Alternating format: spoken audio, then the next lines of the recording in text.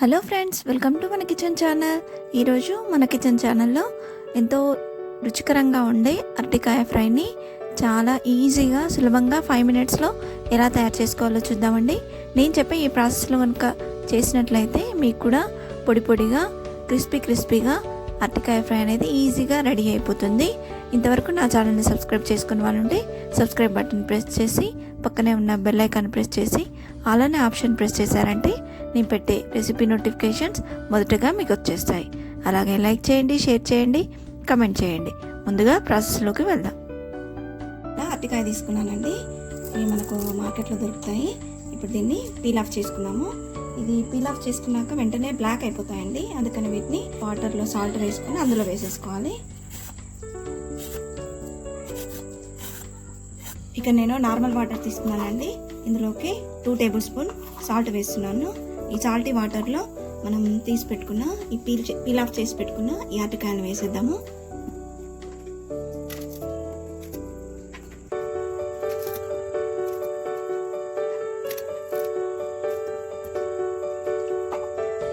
ఇలా salt water వేయకపోతే తొందరగా కలర్ చేంజ్ అవుతాయండి. ఇప్పుడు వీటిని ముక్కలు చేసుకొని ఆ ముక్కలు కూడా ఇందులోనే వేసేసుకుందాము.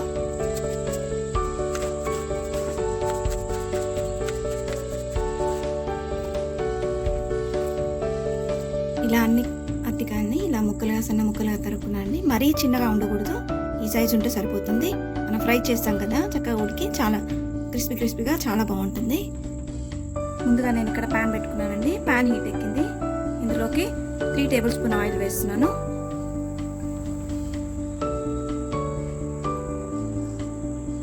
ఇందులోకి 1 టేబుల్ స్పూన్ ఆవాలు, 1 టేబుల్ స్పూన్ జీలకర్ర, అలాగే సన్నగా తరిగిన ఉల్లిపాయ.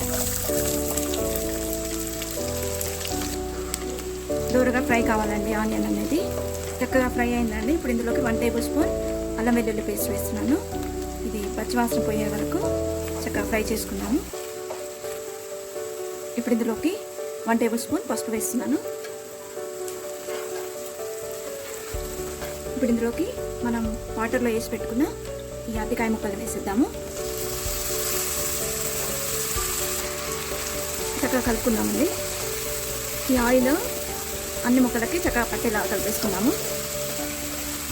మనం ఫ్రై చేసేటప్పుడు ఎప్పుడైనా ముక్కలు అనేవి ఉడికిపోవాలండి. అందుకే మూత పెట్టేసి ఒక 2 నిమిషాలు ఉడికించుకుందాం వీటిని ఆయిల్లో.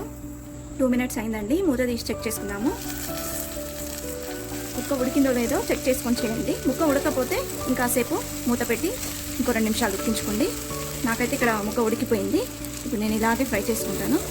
ఇప్పుడు మూత పెట్టద్దండి. మూత పెట్టకుండా ఇలాగే ఫ్రై చేసేసుకోవాలి. ఇక్కడ చక్కగా ఫ్రై అయిపోయిందండి. ఒకసారి చెక్ చేసుకుందాము ముక్క సరిగా ఉడికిందో లేదో అనేసి. చూడండి, చక్కగా ఉడికిపోయింది. చక్కగా ఫ్రై అయిపోయింది. పైన క్రిస్పీగా, లోపల మంచిగా మెత్తగా చక్కగా ఉడికిపోయింది. ఇప్పుడు ఇందులోకి 2 టేబుల్ స్పూన్ కారం వేస్తున్నాను. మీరు ఇంకా స్పైసీ కావాలి అనుకుంటే ఇంకొంచెం ఎక్స్ట్రా వేసేసుకోండి. అలాగే 1 టేబుల్ స్పూన్ సాల్ట్ మీరు కూడా మీ టేస్ట్కి తగ్గట్టు వేసేసుకోండి. నిమ్మకలకు పట్టేలా కలిపేద్దామండి. మంచి ఫ్లేవర్ వస్తుంది. ఇప్పుడు ఇందులోకి 1 టేబుల్ స్పూన్ ధనియా పౌడర్ వేస్తున్నాను. ధనియా పౌడర్ కంపల్సరీగా వేసుకోండి.